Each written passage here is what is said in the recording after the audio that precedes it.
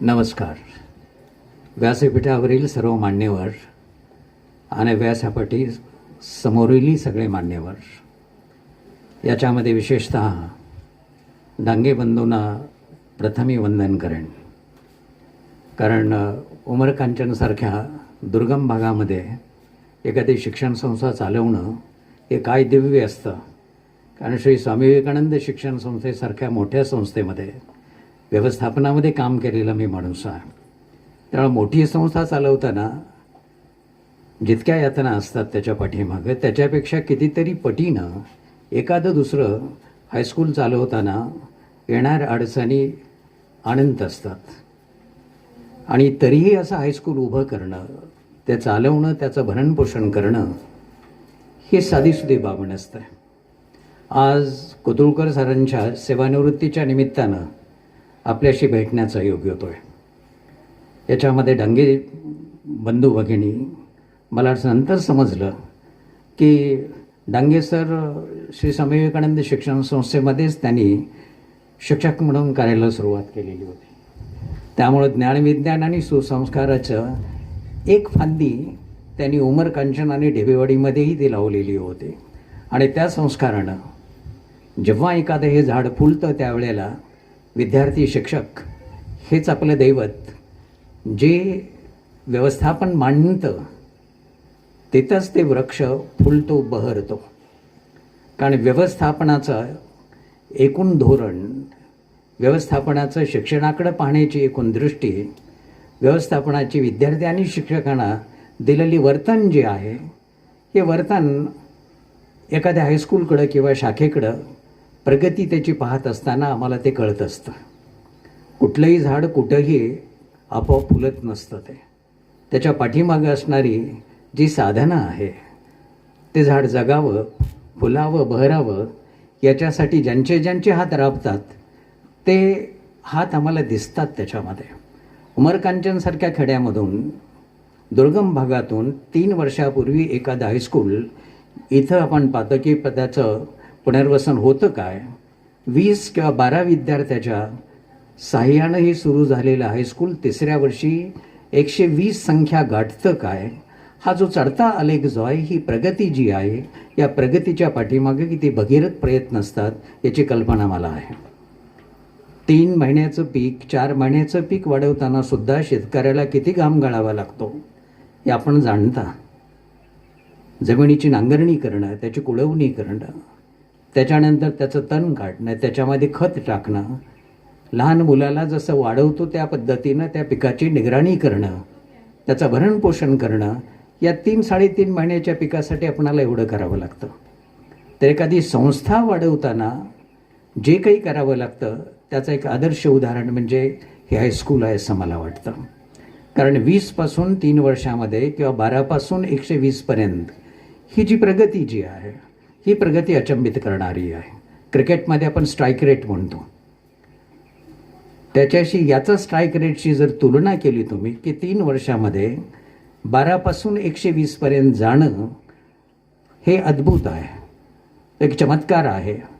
आणि याचं कारण तुम्हाला सांगतो की कुठल्याही एखाद्या संस्थेला असं यश मिळवण्यासाठी त्या संस्थेमध्ये काम करणाऱ्या सगळ्यांची प्रेमाची वीण इतकी घट्ट असावी लागते. ही जर वीण घट्ट नसेल तर आपणाला इतकं सुंदर महावस्त्र जे आहे ते पाहायला नाही मिळत कुठेही. मी मोठ्या संस्थेत काम करणारा एक सेवक होतो. इथं एक संस्था वाढवताना जे काही आपल्याला सोसावं लागतं. आणि या दोन्ही बंधूचं खरोखर मी कौतुक करतो की कुठलीही वैयक्तिक अपेक्षा नसताना, कुठलाही स्वार्थ नसताना, समाजाच्या सेवेसाठी म्हणून उभी केलेली ही 2 हायस्कूल जी आहे, ढेबेवाडीचं असेल किंवा उमरकांचनहून आलेलं हे हायस्कूल असेल, हे पाहत असताना त्यांचे शिक्षक काय प्रतीचे असतील, त्यांचे व्यवस्थापन काय प्रतीचं असेल, त्यांचा इतर सेवकवर्ग काय प्रतीचा असेल, कारण गुरुदेव असेल, प्रशासकीय तुमचे कर्मचारी असतील किंवा चतुर्थ श्रेणी कर्मचारी असतील, यांचं योगदान जे आहे ते योगदान आपण पाहतो की समर्पणाच्या भावनेतून जर नसेल तर असं एखादं रोपटं फुलणं अशक्य आहे. शिक्षकाच्या बाबतीमध्ये मी नेहमी असं म्हणतो शिक्षकाच्या हृदयामध्ये आईचं वात्सल्य जर नसेल तर आपला शिक्षक रिटायर होताना मुलांच्या डोळ्यातून अश्रू कधी येत नाहीत. असं म्हटलं जातं की परमेश्वर प्रत्येक ठिकाणी असू शकत नाही आहे आणि म्हणून त्यांनी आई तयार केली. पण आईही प्रत्येक ठिकाणी असू शकत नाही म्हणून त्यांनी शिक्षक तयार केला. त्यामुळे शिक्षक, आई आणि परमेश्वर याच्यामधला वात्सल्याचा, करुणेचा, दयेचा जो धागा जो आहे तो धागा आपणाला शिक्षकाच्या रूपाने पाहायला मिळतो. कोतुळकर सर अपघातानं माझे विद्यार्थी आहेत. म्हणजे कंपल्सरी इंग्रजी मी त्यांना शिकवलं आहे की जे कंपल्सरी शिकत नाहीत विद्यार्थी, असा तो विषय असतो. पण तरीही आपण पाहतो की त्यांनी माझा विद्यार्थी ते असणं हे जरी एक नातं असलं तर आज आपण पाहतो की दुहेरी नात्याने मी इथं आलेलो आहे. कारण त्यांचं गाव विस्थापित झाल्यानंतर त्याचं पुनर्वसन जिथं झालं त्या गावचा मी आहे. शाळगाव माझं गाव आहे आणि आज कोतुळकर सरांना आम्ही गाववाले आहोत, केवळ विद्यार्थी नाही आहे. त्यामुळे विद्यार्थी आणि गाववाले असं दुपेडी नातं जे आहे ते नातं मी इथं पाहतो. आणि त्यामुळं कोतुळकर सरांचा निरोप आल्यानंतर मला जाणं गरजेचं आहे. या भावनेनं का नाही का माझ्या विद्यार्थ्याचा सत्कार होतो. कोतुळकर सर रिटायर होत आहेत, माझे दुसरे विद्यार्थी इथं आहेत आणि ते विद्यार्थी कुंभार सर आहेत. कुंभार सर तर त्यांना मी इंग्रजी शिकवलं आहे. त्यामुळे कुंभार सर असतील, कोतुळकर सर असतील, हे माझे प्रत्यक्ष विद्यार्थी आहेत. माझे सहकारी आहेत इथं. सावंत सर आहेत, माने सर आहेत, गरुड सर आहेत.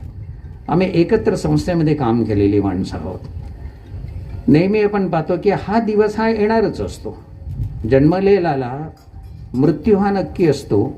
नोकरी करणाऱ्याला सेवानिवृत्ती ही नक्की असते. तुम्हाला नेमणुकीचं पत्र जिथं मिळतं ज्या वेळेला सेवेचं, त्याच्याच पाठीमागे निवृत्तीची तारीखही असते, पण त्यावेळेला ती स्पष्ट दिसत नाही. हळूहळू आपण त्या मार्गक्रमण करत असतो, तर हा दिवस मात्र नक्की असतो.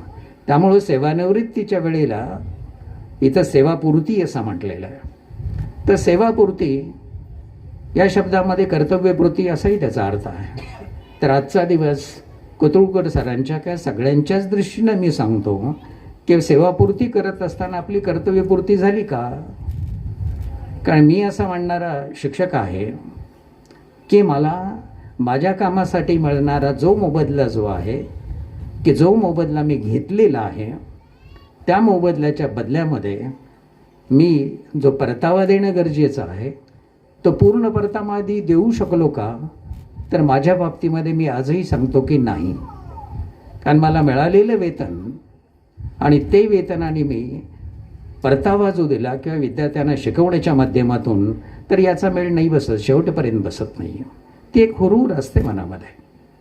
दुसरी हुरूर सेवानिवृत्तीच्या दरम्यान जी असते ती म्हणजे ही संपत्ती आहे ना. एखादा आपण पाहतो की जमीन जुमला असेल, तिजोरी असेल, सोडून जाण्याच्या पेक्षा जास्त जर वाईट वाटत असेल आम्हाला, तर आमचे हे विद्यार्थी यांना सोडून जाणं असतं. कारण आमचं व्यक्तिमत्व यांच्यामुळं घडतं. हे असं एक क्षेत्र आहे शिक्षणाचं क्षेत्र की ज्याचा पायाही विद्यार्थी आहे आणि त्याचा कळसहीच विद्यार्थी आहे. या पूर्ण याच्यातून विद्यार्थी बाजूला करा. संस्थाचालक असतील, शिक्षक असतील, पालक असतील, शासन असेल आणि शिक्षण मंत्री असेल, यातून विद्यार्थी बाजूला काढा. हे पूर्ण ढासळतं, तिथं काहीही राहत नाही आहे. ना शिक्षण मंत्री राहतो, ना शिक्षण खातं राहतं. त्यामुळे या क्षेत्राचा मूळ पाया हा विद्यार्थी आहे आणि या क्षेत्राचा कळसही विद्यार्थीचा आहे. कारण या कुठल्याही हायस्कूलचं मूल्यमापन जर करायचं असेल तर तिथं तुम्ही तयार केलेली विद्यार्थी कशी आहेत की त्याचा कळस आहे, त्याच्यावरून तुमच्या सगळ्यांची गुणवत्ता ठरत असते. म्हणजे शेतावर एखाद्या शेतकऱ्या त्याची गुणवत्ता जर आपणाला पाहायची असेल तर शेतकऱ्याला भेटायची गरज नाही. त्याच्या शेतावर जा. त्याच्या शेतावर डोलणारं पीक जे आहे ते किती निरोगी आहे, ते किती बहरलं आहे, ते किती फुलतं आहे, याच्यावरून शेतकऱ्याचं मूल्यमापन होतं. शेतकऱ्याला भेटायची गरज पडत नाही. तर तुमच्यामधून शाळेमधून तयार होणारे विद्यार्थी हे किती गुणवत्तेचे आहेत याच्यावरून शिक्षकांची गुणवत्ता, त्या शाळेची गुणवत्ता, त्या व्यवस्थापनाची गुणवत्ता जी आहे ती गुणवत्ता आपणाला आपोआप कळते. त्यामुळं हा मेळ जो आहे व्यवस्थापन असेल, शिक्षक असतील, विद्यार्थी असतील, पालक असतील, गुरुदेव कार्यकर्ते असतील किंवा प्रशासकीय असतील, या 5 लोकांची जी मूठ जी आहे, हे मूठ आपण पाहतो की एकत्र आल्याशिवाय असे चमत्कार होत नाहीत. त्यामुळे कोतुळकर सरांप्रमाणेच इतरही माझे गुरुदेव कार्यकर्ते जे आहेत, तर त्या सगळ्यांचं योगदान इथं स्पष्ट दिसतं आहे. त्यांना सांगायची गरज नाही की इथं काय घडतं आहे ते, कारण या प्रांगणामध्ये येणं आणि 2-2.5 वर्षातलं हे हायस्कूल इतकं गोंडस, इतकं बाळसेदार, इतकं स्वच्छ, इतकं शिस्तबद्ध हे का होऊ शकतं, तर याच्या पाठीमागं असणारी या सगळ्यांची कळकळ आहे, या पाठीमागं असणारी सगळ्यांची श्रद्धा आहे. कारण सरांचे बद्दल ज्यांनी मतं व्यक्त केली, सरांच्या 2 कन्या आहेत, त्यांचा चिरंजीव आहे, त्यांनीच मला काल पुण्यापासून इथंपर्यंत सुखरूप आणले, त्यामुळे त्यांना पहिल्यांदा मी धन्यवाद देतो. आणि इथं या सगळ्यांचं आपण पाहतो की योगदान जे आहे कोतुळकर सरांच्या संदर्भामध्ये, ठीक आहे मी शिक्षक म्हणून त्यांना पाहिलं नसेल, पण मला समजतं की बाळाचे पाय पाळण्यात दिसतात आपणाला, तो विद्यार्थी कसा होता त्यावेळेला, त्यामुळे हा पुढं काय करू शकतो याचा अंदाज येतो आम्हाला. कारण शिक्षक आम्ही विद्यार्थी तयार करत नाही आहे, आम्ही शिक्षक तयार करतो. कारण आमच्यानंतरचं आमचं काम हे पुढं जर चालवायचं असेल, आमचे विद्यार्थी हाच आमचा पुनर्जन्म असतो. आणि हे विद्यार्थी आम्ही त्यांच्या रूपानं पुन्हा जन्मत असतो. शिक्षक जो आहे, जसं आपण पाहतो की मुलाच्या रूपानं वडिलांचा पुनर्जन्म होतो, नातवाच्या वतीनं त्याच्या वडिलाचा पुनर्जन्म होतो, तसं शिक्षकाचा पुनर्जन्म जो आहे तो त्याच्या विद्यार्थ्याच्या रूपामध्ये होत असतो नेहमी. आणि विद्यार्थ्याचं काम जे आहे, शिक्षकानं जे केलं तर ते काम, त्याचा वारसा पुढं चालत नेणं हे विद्यार्थ्याचं परमकर्तव्य असतं. कोतुळकर सरांनी हे काम बिनचूकपणे पार पाडलेलं आहे, याचे अनेक पुरावे मला इथं दिसायला लागले. त्यामुळे कोतुळकर सरांच्या संदर्भामध्ये आपण पाहतो की जी संपत्ती शिक्षकाला मिळते, मी सांगतो की शिक्षकासारखा सुदैवी प्राणी नाही. मी या क्षेत्रामध्ये काम केलेलं आहे, माझ्या पाठीमागच्या 7 जन्माची पुण्याई असावी कदाचित, म्हणून मला या क्षेत्रामध्ये शिक्षक म्हणून काम करता आलं. इतर कुठल्याही क्षेत्रामध्ये जा, ही मुलं जी असतील, कॉलेजचे विद्यार्थी असतील, आपण पाहतो की 10, 20, 15 वर्ष वयाच्या मुलामुलींच्या मध्ये तुम्हाला 60 वयाच्या 60पर्यंत 58 वर्षापर्यंत इथं जगायला मिळणं हीच परमेश्वराची कृपा आहे. अन्यथा एखाद्या कुठल्या तरी कार्यालयामध्ये फाईलमध्ये डोकं घालून आम्हाला आयुष्य जगावं लागलं असतं. इथं एखाद्या टवटवीत फुललेल्या बागेमध्ये जसं फिरावं त्या पद्धतीनं आम्ही दररोज वर्गामध्ये फिरत असतो. कारण इतके निष्पाप, इतके निरागस, इतके आनंदी, इतके टवटवीत ही विद्यार्थी, त्याच्यामध्ये तुम्हाला म्हातारा व्हायची परवानगी नाही शिक्षकाला. कारण तो इतक्या वातावरणामध्ये असा असतो की तो नेहमीच तरुण राहतो. हे त्याचं आपण पाहतो की खरी कमाई असते आमची जी असते. रिटायरमेंटनंतर, सेवानिवृत्तीनंतर हे विद्यार्थी तुम्हाला सर म्हणून येणं, एखाद्यानं हाक मारणं, कुठंतरी भेटणं, ही कमाई जी आहे ते कितीही कोट्यावधी रुपयामध्ये तुम्हाला मोजता नाही येणार. कारण मी ते अनुभवतोय आजही. कोतुळकर सर किंवा कुंभार सर अशा अनेक विद्यार्थी माझी आहेत तळमावले भागातली, पण इतर विद्यार्थी असतील, माझे सहकारी असतील, हे सद्भाग्य फक्त शिक्षकाच्या आपण पाहतो की नशिबी असतं इथं. कोतुळकर सरांनी केलेलं काम, कारण ज्या संस्थेनं आपलं भरणपोषण केलं, ज्या संस्थेनं आपलं कुटुंब उभं केलं, ज्या संस्थेनं आपल्या मुलांना सुशिक्षित केलं, त्यांना त्यांच्या पायावर उभं केलं, तर त्या संस्थेचं भलं चिंतनं हे प्रत्येक कर्मचाऱ्याचं, प्रत्येक सेवकाचं आद्य कर्तव्य आहे. तर मला असं वाटतं की कोतुळकर सर असतील किंवा इतर कुठलाही इथला घटक असेल, त्या घटकानं हे हायस्कूल दिवसेंदिवस भरभराटीला येऊ, ते याच्यापेक्षाही चांगलं चालून मला खात्री आहे. जे हायस्कूल 12पासून किंवा विद्यार्थी संख्ये 12पासून इथं सुरू झालं आणि 120पर्यंत आलं, अतिशय इतक्या कमी कालावधीमध्ये ते हायस्कूल पुढच्या कालामध्ये अतिशय मोठं हायस्कूल होऊ शकतं, चांगल्या पद्धतीनं वाढू शकतं. त्याचं वैभव जे आहे ते वैभवाची साक्ष आपणाला आताच मिळून जाते त्याच्यामध्ये. त्यामुळं एक शिक्षक नेमत असताना इथे व्यवस्थापनातील मंडळी आहेत, संस्थापक इथं आहेत, मी आपणाला विनंती करेन त्याच्यामध्ये. कारण विद्यार्थ्यांना तर खरोखरच जर न्याय जर द्यायचा असेल तर त्याच परिस्थितीतून वाढणारा शिक्षक आवश्यक असतो.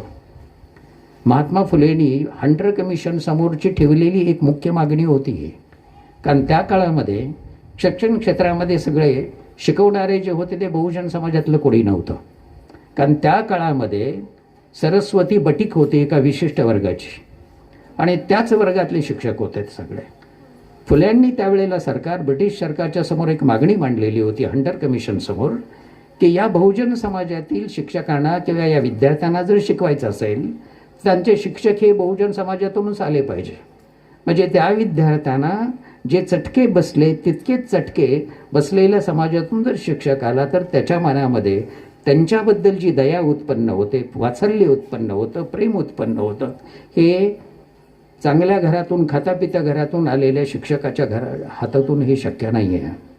आणि म्हणून फुल्यांची पहिली मागणी होती त्याच्यामध्ये हंटर कमिशन समोर की सामान्य कुटुंबातून बहुजन समाजातून आलेला शिक्षक असला पाहिजे. कोतुळकर सर ज्या भागातून आलेत त्याच भागातून हे विद्यार्थी आलेले आहेत. अगा शिवनगर जरी आता शहरासारखं दिसत असलं ते डेबेवाडीचं पूर्ण डेबेवाडी खोऱ्याचं हे प्रतिरूप आहे, ही प्रतिकृती आहे डेबेवाडी खोऱ्याची. या प्रत्येकानं भोगलेलं आहे आणि त्यामुळं त्याच परिस्थितीतून शिक्षक आल्यामुळं या विद्यार्थ्याच्या पदरामध्ये काय टाकावं, त्यांना कसं घडवावं, त्यांच्याबद्दलचं वात्सल्य त्याच्याबद्दलचं प्रेम जे आहे ते कशा पद्धतीनं असावं हे त्यांना माहीत आहे. पूर्वी छडीचा वापर होत होता, तो छडीचा वापर असा तसा आलेला नव्हता. कारण त्या काळामध्ये विद्यार्थी बहुजन समाजातला आणि शिक्षक अल्पसंख्याक समाजातला होता. अस्पृश्यता आपण पाहतो की हा त्यावेळचा वॉचवर्ड होता, त्यावेळचा खूप मोठा आपण पाहतो की तो शब्द होता. तर विद्यार्थ्याला बहुजन समाजातील विद्यार्थ्याला शिक्षा करायची असेल तर आपला स्पर्श होता कामा नये इतकी अस्पृश्यता मानली जायची. आणि तो स्पर्श होऊ नये म्हणून छडीचा जन्म झाला.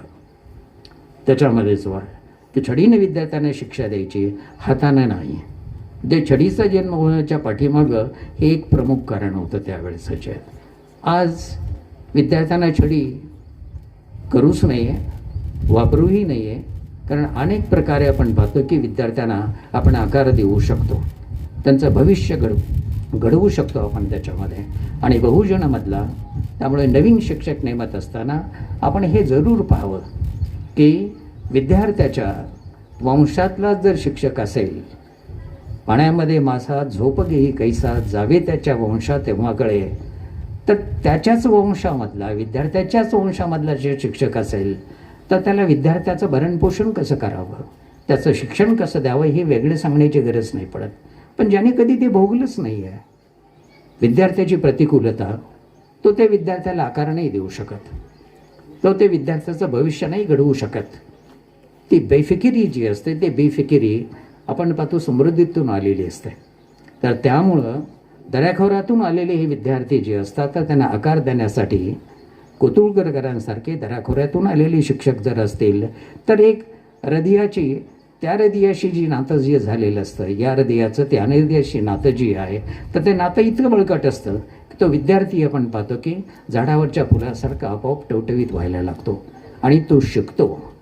विद्यार्थ्यालाही समाधान असतं, शिक्षकालाही समाधान असतं. त्यामुळं कोतुळकर सर असतील त्यांचे इतर सहकारी जे असतील त्यांनी जे काम केलेलं ते काम या प्रांगणाच्या रूपामध्ये या संस्थेच्या रूपामध्ये इथं ठळकपणे आपणाला इथं दिसतं. त्याच्यासाठी वेगळा कुठला पुरावा गोळा करण्याची गरज नाही आहे. त्याच्यामध्ये मला एकच समाधान वाटतं की मी ज्या घरातून शाळगावमधून आलेलो होतो आम्ही याच पद्धतीने शिकलेलो आहे. मी माझ्या कुळातला शाळा पाहिलेला पहिला व्यक्ती आहे. मी माझ्या आईवडिलांना शतशः नमन करतो कारण त्यांनी आम्हाला शाळेला पाठवलं. ही आमच्या आयुष्यातली क्रांती होती. आणि आता इतर विद्यार्थ्याप्रमाणे जर शेतावर किंवा गुराच्या मागं गुरं तर सांभाळतच होतो आम्ही शनिवार रविवारी जे होते, पण पूर्णपणे जर आम्हाला तिथं लावलं असतं तर आज तुमच्यासमोर उभं राहून या सरस्वतीचे देणं तुमच्यासमोर व्यक्त करण्याची ताकद आमच्यामध्ये कधी आली नसते. त्यामुळे तो कोतुळकर सरांसारखे तर हे विद्यार्थी जे आहेत तर या विद्यार्थ्यांचंही सद्भाग्य जे आहे की कोतुळकर सरांसारखे प्रतिकूलतेतून आलेले जे शिक्षक जे आहेत तर त्यांच्यामध्ये एक प्रकारची प्रेरणा असते, त्यांच्यामध्ये एक फायटिंग स्पिरिट असतं, त्यांच्यामध्ये एक प्रबोधन करण्याची ताकद असते. तर ती ताकद या विद्यार्थ्याच्या पर्यंत देणं जाणं हे खूप महत्त्वाचं आहे त्याच्यामध्ये. तर इथं हे सर्व करत असताना या सगळ्या घटकांनी मिळून जे काम इथं उभं केलेलं आहे ते असंच फुलत राहो. कोतुळकर सर, त्यांचे सर्व कुटुंबीय, माझ्या अंदाजाप्रमाणे केवळ कोतुळकर सरच नाहीत तर त्यांच्या मंडळी माझ्या विद्यार्थी असाव्यात कदाचित. हे दोघंही विद्यार्थी आहेत माझे. त्यामुळं कोतुळकर सर आणि मिसेस कोतुळकर यांचा गुरुजी मी याचा मला आज अभिमान वाटतो. कारण एखाद्या गुरुच्या हातून अशी जोडी जी आहे कोतुळकर सर आणि त्यांची मंडळी अशी घडणं, कारण हा संस्काराचा भाग आहे. 4 पुस्तकं जास्त वाचली म्हणून तुम्ही संस्कारी होत नाही कधी. कारण संस्कार करण्यासाठी तुमचे शिक्षक असतील, आईवडील असतील, आपल्या अवतीभोवती असणारे जे आपल्यापेक्षा वयस्कर मंडळी जे असतात, हा संस्कार हा पुस्तकातून येत नाही आहे. आपल्या सभोवती असणारी, आपल्यावर संस्कार करणारी जी ज्येष्ठ मंडळी असते त्याच्या आचरामधून, त्याच्या उक्तीमधून, त्यांच्या कृतीमधून हा संस्कार पाझरत असतो. आजी जर देव्हाऱ्यासमोर बसली पूजा करत तर नातवंड आपोआप तिथं जाऊन बसतात. त्याला बोलवावं लागत नाही आहे. ते म्हणजे नातवंडानं काय करावं हे जर तुम्हाला ठरवायचं असेल तर आजीनं तसं वागावं, की आपल्या मुलांनी काय करावं हे जर एखादं तुमच्या डोक्यामध्ये स्वप्न असेल तर आईवडिलांनी ते करावं लागतं. कारण शिकून या गोष्टी होत नाही, त्या आचरणातून होतात. आणि त्या आचरणातून होण्यासाठी म्हणून कोतुळकर सरांनी त्यांची मुलं असतील किंवा त्यांचे विद्यार्थी असतील, कारण पहिलं पाऊल हे शिक्षकांना टाकावं लागतं, पहिलं पाऊल हे आईवडिलांनी टाकावं लागतं. आणि ते पाऊल टाकलं तरच त्याचं अनुकरण हे विद्यार्थी किंवा मुलं करत असतात. तर इथं मुलं मी पाहतो, इथं जी आहेत ती मुलं, तर एकूण त्यांचं वर्तन, एकूण त्यांची भाषा, एकूण त्यांचं आचरण हे आईवडील आणि शिक्षकांच्या सहवासामध्ये मिळालेले तो संस्कार आहे, मिळालेले ते देणं आहे. आणि अशा एका चांगल्या शिक्षकाच्या सेवानिवृत्तीच्या कार्यक्रमाला त्याचा एक भाग होणं हे आमच्यासाठी एक आनंदाचा भाग असतो. आमचंही ते सद्भाग्य असतं. कोतुळकर सर किंवा त्यांचे इतर सहकारी जे आहेत, सेवानिवृत्तीनंतर अमुक हो तमुक हो असं मी म्हणणार नाही. तुम्ही जे कर्म केलेलं असतं ते कर्मफल तुम्हाला चुकत नाही आहे. तुम्ही जर काही चुकीचा वागला असेल तर त्याची शिक्षा कर्मफळाच्या रूपामध्ये मिळतच असते तुम्हाला. तुम्ही जर चांगलं केले असेल तर त्याचीही भरपाई जी आहे ते परमेश्वराला कृपा करण्याची गरज नाही, त्याचं काम आहे ते तुम्हाला देणं. दिवसभर ज्यांनी कष्टाचं काम केलं आहे, दिवसभर ज्यानं घाम गाळलेला आहे, त्याला रात्री सुखाची झोप मिळणं हा त्याचा हक्क असतो. त्यामुळं ज्या व्यक्तीनं 33 वर्ष आपलं काम देवाची पूजा करावी, विठ्ठलाची प्रार्थना करावी अशा पद्धतीनं जर केलं असेल तर निवृत्तीनंतरचं त्याचं जेवण, त्यांचं जीवन जे आहे ते सुखी राहावं किंवा व्हावं असं करण्यासाठी आमच्या सदिच्छेची, आमच्या शुभेच्छेची गरज नाही आहे. त्यांचा तो हक्क असतो. कारण त्यांनी केलेलं काम, त्याने केलेलं कार्य जे आहे हे कार्य त्याचं फळ ठरवत असते. मला खात्री आहे कोतुळकर सरांनी जे काम केलं आहे ते त्याच प्रतीचं आहे. ज्याने विद्यार्थ्याला दैवत मानलं, ज्याला संस्थेलाच तीर्थक्षेत्र मानलं, त्याला पालकांना आपण पाहतो की आपले सहकारी मानले, तर अशा शिक्षकाच्या नशिबी आपण पाहतो की सद्भाग्य आणि सद्भाग्यच असू शकतो. सुख, समाधान, शांती हा त्याचा हक्क असतो. कोतुळकर सरांनाही सुख, समाधान, शांती नक्की मिळेल, त्यांच्या पूर्ण कुटुंबाला मिळेल. कारण मी भरभराट म्हणणार नाही, ती झालेली आहे त्यांची. आर्थिक भरभराट म्हणाल तर ती झालेलीच आहे त्याच्यामध्ये. त्या ते भरभराटीनं किंवा कुणाकडे 4 पैसे जास्त मिळाले म्हणून कुणाला सुख, शांती, समाधान मिळत नाही आहे. कारण सुख, शांती, समाधान मिळवण्याचे मार्ग वेगळे आहेत. पैसा ज्याच्याकडे भरपूर आहे त्याचं डोकं नेहमी अस्वस्थ असतं. पण तो जर पैसा योग्य मार्गाने जर मिळालेला असेल, संत तुकारामांनी याच्याबद्दल त्यांचं म्हणणं खूप छान मांडलेलं आहे. मिळवावे धन उत्तम व्यवहारे, उदास विचारे वेच करी. मिळवावे धन उत्तम व्यवहारे. आता हा उत्तम व्यवहार कुठला, की कुठलीही फसवाफसवी न करता, कुठलीही आपण पाहतो की लपाछपी न करता प्रामाणिकपणे केलेला उद्योग, त्यातून मिळालेला पैसा हा बेळेवा धन उत्तम व्यवहार्य आहे. उदास विचारी वेच करी, की मिळालेला हा पैसा हे परमेश्वराचं देणं आहे, हे माझं नाही. तर ते समाजासाठी ज्या समाजाने मला श्रीमंत केलं तर त्या समाजाला परतावा त्याचा दिला पाहिजे, म्हणून त्या पद्धतीनं ते मी खर्च करणं हे संत तुकाराम महाराजांनी म्हणून ठेवलेलं आहे. त्यामुळे ज्या विद्यार्थ्यानं ज्या समाजानं आम्हाला दिलेलं आहे, आम्हाला समृद्ध केलेलं आहे, त्या समाजाला त्या विद्यार्थ्याला त्याचा परतावा देणं हे माझं कर्तव्य आहे. मी सांगतो तुम्हाला की मी EBCवर शिकलो.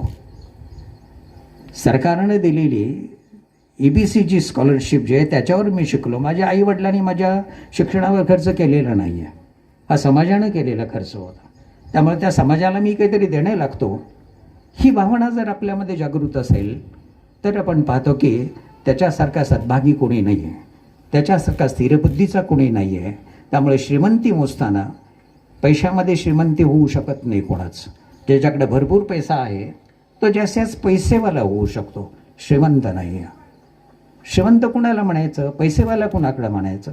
ज्याच्याकडे भरपूर नोटा आहेत, संपत्ती आहे, तो पैसेवाला, तो श्रीमंत नाही.